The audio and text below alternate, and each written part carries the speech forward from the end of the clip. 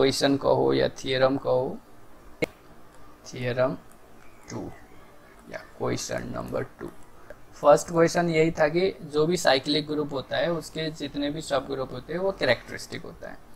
अब theorem second कहता है ZG सेंटर ऑफ ग्रुप जो होता है वो ऑलवेज कैरेक्टरिस्टिक होता है। ठीक है, centre of group is characteristic. Statement let G be a group then centre of group ZG is characteristic. तो सेंटर ऑफ ग्रुप हमें पता ही है क्या होता है ना, उसकी डेफिनेशन हमें पता होनी चाहिए जब हम इसको शो करें। तो जस्ट हमें दिखा देना है फाई ऑफ ZG जो होगा ZG हो जाएगा, है ना। प्रूफ देखो जरा इसका, बड़ा सिंपल है, बहुत ज्यादा नहीं है कुछ भी। Let G be a group and ZG be a centre of group. तो सेंटर ऑफ ग्रुप कैसे डिफाइन है, collection of those element of G which commute with every element of G, है ना, सेंटर ऑफ G यही होता है। Let phi is a automorphism in G, कोई automorphism ले लिया। So we have to show here phi of ZG is equal to ZG, phi of ZG is equal to ZG।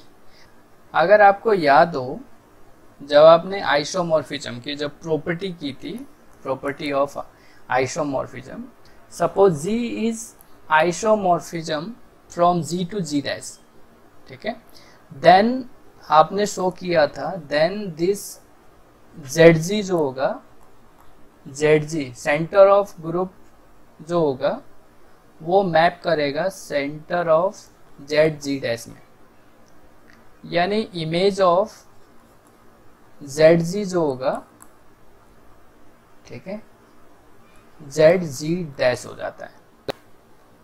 ठीक, in the isomorphism, जब property of isomorphism में आपने किया है, अगर आपने नहीं किया है तो एक बार आप देखना प्रॉपर्टीज में, तो वहां पे आपको मिलेगा ये image of ZG, image of centre of group is equal to image of centre of group of G, centre of group G is equal to centre of group of G dash.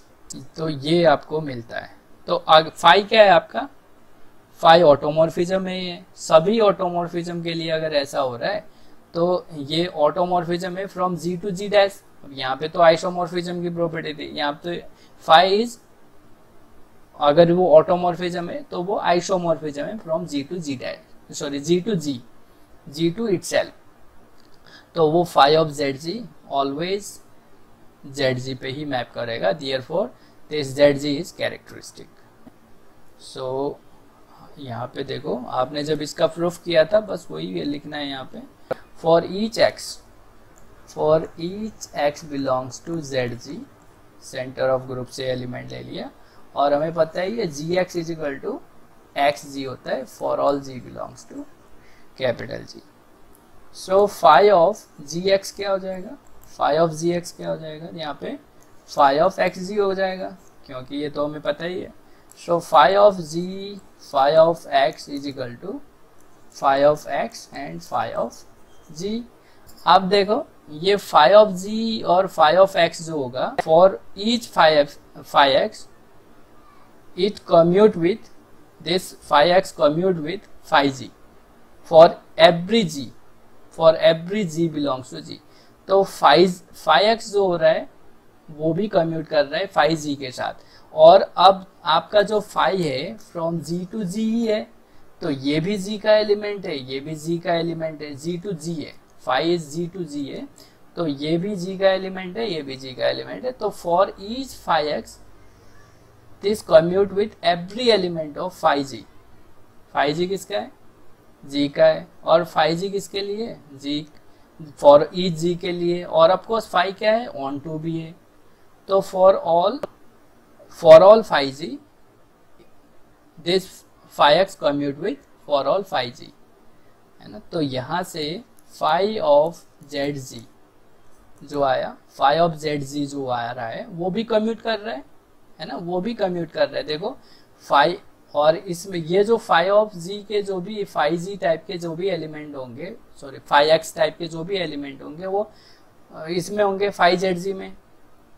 तो हम यहाँ से देख सकते हैं सभी के लिए वो कम्यूट कर रहा है। तो phi Z G is equal to Z G, therefore zg is characteristic, this is proof। ठीक, x टाइप के एलिमेंट किस में है, zg में। तो फाई x टाइप के एलिमेंट क्या है, फाई ऑफ zg में। तो फाई ऑफ zg भी g के सारे एलिमेंट के साथ कम्यूट कर रहा है, क्योंकि फाई जी आपका क्या है, g का ही एलिमेंट है। और सभी g के लिए सभी फाई जी होगा, और सभी फाई जी भी ऑन टू होने की वजह से ये फाई जी सारे जितने भी एलिमेंट है वो जी के ही होंगे, सारे सभी एलिमेंट फाई जी, क्योंकि जो फाई जी होगा उसका प्री इमेज तो होगा ही ना कहीं, क्योंकि वो ऑन टू भी है ना। फाई जी जितने भी होंगे सभी फाई जी, और जितने भी फाई जी होंगे ऑफकोर्स यहाँ पे जो भी फाई जी होगा, अब किसी जी के लिए ये होगा, किसी फाई जी के लिए ये होगा, इस टाइप से होगा, 1 1 ऑन टू फंक्शन है ना। तो सभी जी के लिए ये हो रहा है। तो यहाँ से आप डायरेक्ट बोल सकते हो phi Z G is equal to Z G. तो यहाँ से ये कैरेक्टरिस्टिक सब ग्रुप बन गया। थियरम थर्ड, ठीक है, क्वेश्चन नंबर 4 है। ये कहता है property of being a characteristic subgroup is transitive. मतलब ट्रांजिटिव का मतलब यही है यहाँ पे, अगर n जो है कैरेक्टरिस्टिक सब ग्रुप है k का, and k is characteristic subgroup of है g का, तो देन जो n होगा, n will be the characteristic subgroup of g हो जाएगा। ट्रांजिटिव प्रॉपर्टी पता है ना, transitive simple a related to b, b related to c, so a related to c होता है। So this is transitive property. तो ये जो कैरेक्टरिस्टिक की प्रॉपर्टी होती है कैरेक्टरिस्टिक सब ग्रुप की, वो भी ट्रांजिटिव होती है, ठीक है। तो just by the definition of the characteristic आप शो कर सकते हो बहुत इजीली। कैसे, देखो अगर ये कैरेक्टरिस्टिक सब ग्रुप है k का, तो for all n is equal to n, for all automorphism in k, clear. अगर ये कैरेक्टरिस्टिक सब ग्रुप है g का, so phi of some function some automorphism of k is equal to k for all automorphism in g। और g के जो भी automorphism आप लिए उसको आप रिस्ट्रिक्ट करके ऑट k के बना सकते हो। जैसे आपके पास ऑटोमॉर्फिज्म है फ्रॉम g टू g, ध्यान से देखना, g टू g, ये है मेरा g टू g ऑटोमॉर्फिज्म है कोई फाई। अगर आप, और k क्या है, k is the characteristic subgroup of g। तो अगर ये k आपने बना लिया यहाँ पे कैरेक्टरिस्टिक, मतलब k के लिए k टू k, अगर इसको रिस्ट्रिक्ट कर लिया तो आपने यहाँ पे एक और ऑटोमॉर्फिज्म डिफाइन कर लिया, ठीक है। तो k टू k के लिए, तो अगर n जो है कैरेक्टरिस्टिक सब ग्रुप है k का, तो आपको शो करना है n is the characteristic subgroup of g provided k is the characteristic subgroup of g। तो जो ऑटोमॉर्फिज्म k के लिए यूज हो रहे हैं उसको रेस्ट्रिक्ट करके आप n के लिए यूज कर लो। तो जो भी ऑटोमॉर्फिज्म k टू k हो रहे हैं वो g के भी है ना। तो जैसे जो ऑटोमॉर्फिज्म k के लिए यूज हो रहे हैं वो g के भी है, therefore phi of n is equal to n, so n is the characteristic subgroup of g। Clear, just restriction का यूज करना है आपको, तो इसको ट्राई करना जरा। Next theorem 4, characteristic subgroup are normal. Normal subgroup की condition हमें पता है ना, gx g inverse belongs to n, then the n is called a normal subgroup of g। तो वो कंडीशन हम यूज कर लेंगे। तो हमारा जो कैरेक्टरिस्टिक जो भी कैरेक्टरिस्टिक सब ग्रुप होगा वो नॉर्मल हो जाएगा। तो नॉर्मल की कंडीशन आपने बोल दिया जी, चलो एच जी इनवर्स, ठीक है, for all H belongs to H, this belongs to H, for all G belongs to capital G. तो अगर ये कंडीशन होल्ड होती है सिंपली, तो हम एच को कहते हैं H with the normal subgroup of G, है ना। तो एक्चुअली इसमें क्या दिखाते हैं, H is equal to G H, G capital H G inverse, ये दिखाना होता है हमें। तो उसी के लिए हम जस्ट ये एलिमेंट दिखा देते हैं इसमें, तो ये हमें शो करना है। तो थिंक अबाउट दिस, ये कब आएगा, हमें अब यहाँ पे सोचना है भाई ये एलिमेंट जो है वो कब आएगा। तो ऐसा तो हमने देखा था जब हमने इनर ऑटोमॉर्फिज्म पढ़ा था। तो इनर ऑटोमॉर्फिज्म का हम यहाँ पे एक यूज कर लेंगे, देखो कैसे। Every characteristic subgroup is normal show करना है, सो गिवन है इसमें H be a characteristic subgroup of G. पहले तो ये लिख लेते हैं जो गिवन है, let H be a characteristic subgroup of G. अगर ये characteristic subgroup of G है तो ये डेफिनेशन इसकी क्या होती है, फाई ऑफ एच करने पे वो एच दे दे, और for all phi belongs to aut G, है ना, सभी ऑटोमॉर्फिज्म के लिए। So let us define a inner automorphism. देखो इनर ऑटोमॉर्फिज्म क्या होता है, it inner automorphism is the subset of automorphism, यानी इनर ऑटोमॉर्फिज्म भी एक ऑटोमॉर्फिज्म ही है। क्लियर है, क्योंकि एक मैंने कहा था ना, इनर ऑटोमॉर्फिज्म जो होता है ऑट जी का सब ग्रुप होता है, इन जी जो होता है ऑट जी का सब ग्रुप होता है, ऑफकोर्स इन जी जो होता है ऑट जी का नॉर्मल सब ग्रुप भी होता है। तो हम यहाँ पे देख सकते हैं कि जो भी इनर ऑटोमॉर्फिज्म होगा, आप सो भी कर सकते हो, जो भी इनर ऑटोमॉर्फिज्म होता है वो ऑटोमॉर्फिज्म भी होता है।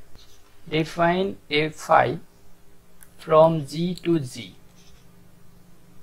such that phi of g of x is equal to gx g inverse for all x belongs to g। ठीक है, तो हम देख पा रहे हैं this phi g is nothing but a inner automorphism, है ना, this is inner automorphism। define inner automorphism। तो आपने एक इनर ऑटोमॉर्फिज्म डिफाइन किया from G to G, just ये इसलिए हम सोच पाए क्योंकि हमें शो करना है phi H G inverse belongs to H, ये हमें शो करना है, इसलिए हमने ये सोचा, जस्ट वी हमने ये थिंक किया, हमने डिफाइन किया। सो सिंस एच इज, देखो गिवन है एच इज कैरेक्टरिस्टिक सब group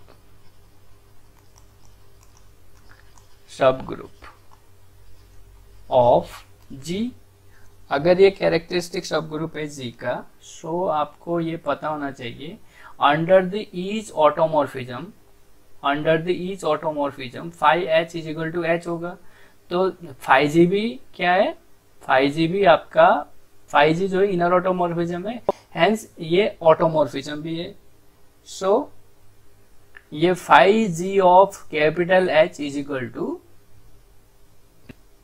phi G of capital H is equal to, या चलो एलिमेंट के ही फॉर्म में लिखे रहने दो क्योंकि वो होगा ही। सो यहां से मैं ये लिख सकता हूँ phi G of H is equal to G H G inverse for all small H belongs to capital H.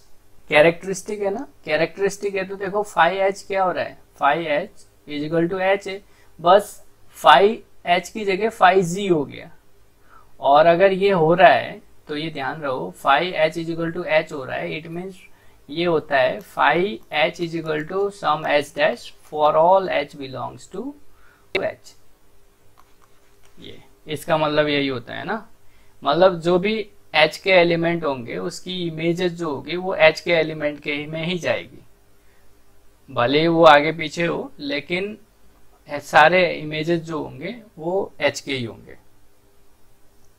इसका मतलब यही है,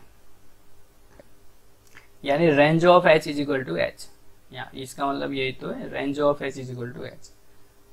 तो ये बन रहा है since the phi G is the automorphism, so this phi of G because this is equal to H। देखो अगर ऐसा है तो आप देख सकते हो यहां से phi G of H, देखो अगर ये स्मॉल h जो है मेरा ये कैपिटल H का है तो phi G of H जो होगा वो किसका होगा, वो भी H का ही होगा, क्योंकि phi G of H is equal to H है ना, ये phi G of H is equal to H ही है। phi G of, क्योंकि phi G क्या है, ऑटोमॉर्फिज्म है from G to G, inner automorphism है, ऑफकोर्स ऑटोमॉर्फिज्म भी। तो जो भी हम लिख रहे हैं phi G of H, वो जो स्मॉल h है, अगर मैं इसको कैपिटल H लिख लूं, phi G of H is equal to H हो रहा होगा, क्योंकि ये गिवन है यहाँ पे। देखो बस सफिक्स में G तो लगा है, इनर ही तो लगा है, बाकी ऑटोमॉर्फिज्म तो है ही वो, तो हमने ये लिख दिया। अब जैसे ही यहाँ पे ये लिखा, अगर ये H का होगा तो राइट हैंड साइड वाला भी H का ही होगा। By the normal subgroup test H is normal subgroup of G। बस समझने की बात है इसमें।